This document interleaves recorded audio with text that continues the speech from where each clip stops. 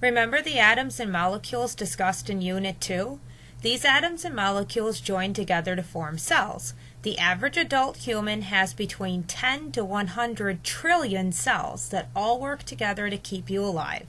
Consider the fact that losing only a fraction of these cells can be fatal. For instance, a heart attack that kills a certain percentage of heart cells or a stroke that kills a certain percentage of brain cells can be fatal.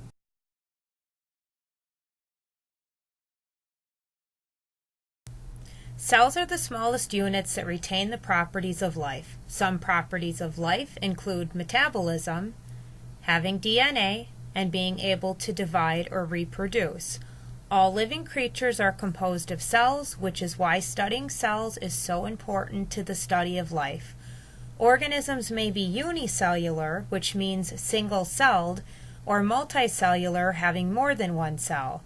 Bacteria are single-celled organisms, meaning that one cell is the entire organism.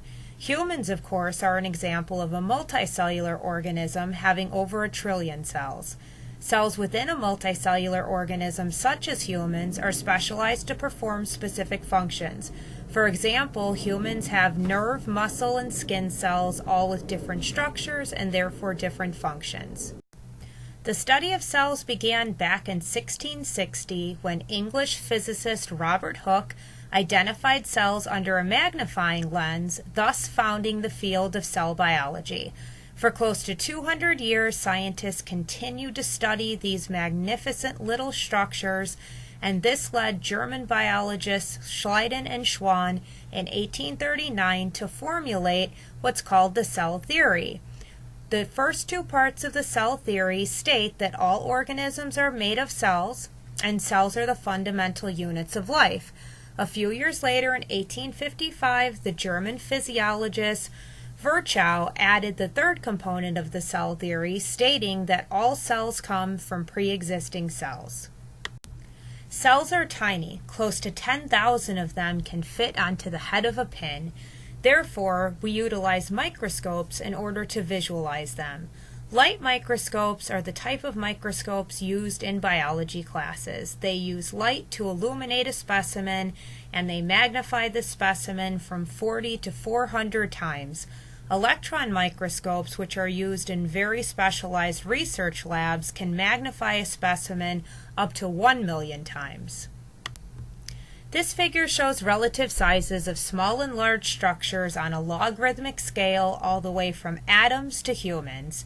Atoms at the smallest end are around 0.1 nanometers. Nano means 1 billionth. Therefore, if you could take a meter stick, which is about the length of a yardstick, and divide it into 1 billion subunits, you would have a nanometer. In the middle of the scale, you see bacteria, plant, and animal cells that are measured in micrometers. Micro means 1/1,000,000th. So if you took a meter stick and divided it into 1,000,000 subunits, you would have 1 micrometer. At the large end of the scale, an average adult human is about 1.5 meters tall. Most light microscopes used in a college biology lab can magnify cells up to approximately 400 times. Electron microscopes provide a much higher magnification, up to 1 million times, and can be used to study much smaller structures within cells. All cells within all organisms have certain features in common. These include having the molecules DNA, RNA, and proteins, the structures ribosomes, cytoplasm, and a cell or plasma membrane, all of which will be described later.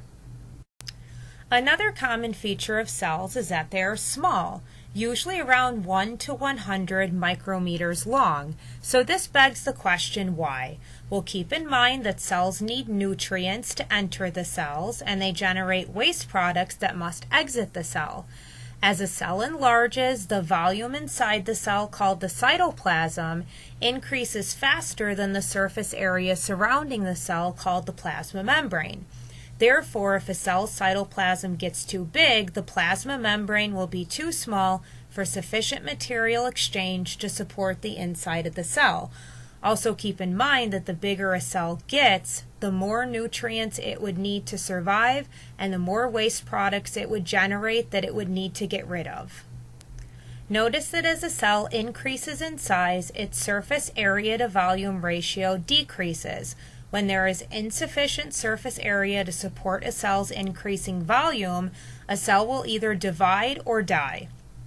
The cell on the left has a volume of 1 millimeters cubed and a surface area of 6 millimeters squared with a surface area to volume ratio of 6:1, whereas the cell on the right has a volume of 8 millimeters cubed and a surface area of 24 millimeters squared with a surface area to volume ratio of only 3:1.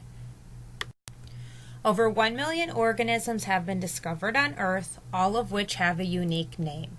This leads us to the study of taxonomy, which is the biological science of naming and classifying organisms.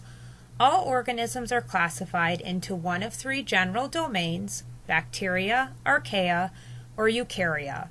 Bacteria and archaea are prokaryotes, which are single-celled organisms, while eukarya are all eukaryotes, which are typically multicellular organisms. Humans are an example of eukaryotes. Here we discuss the domains bacteria and archaea. These are prokaryotes, which are single-celled organisms. Prokaryotes greatly outnumber eukaryotes on Earth. Consider the fact that residing on and in your body, you have 10 times the number of bacteria cells as your own cells. These are much smaller organisms, so many more of them can fit on the face of the Earth. Prokaryotes lack most cellular organelles, which are specialized cellular structures referred to as little organs.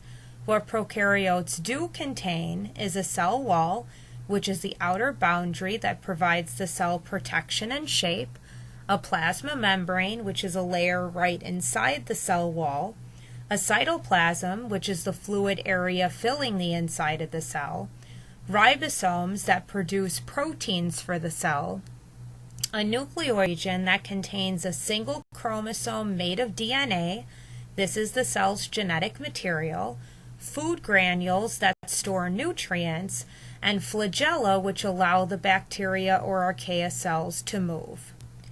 This figure shows the generalized structure of a prokaryotic cell. All prokaryotes have chromosomal DNA localized in a nucleoid region, ribosomes, a cell membrane, and a cell wall. The other structures shown are present in some, but not all, prokaryotes.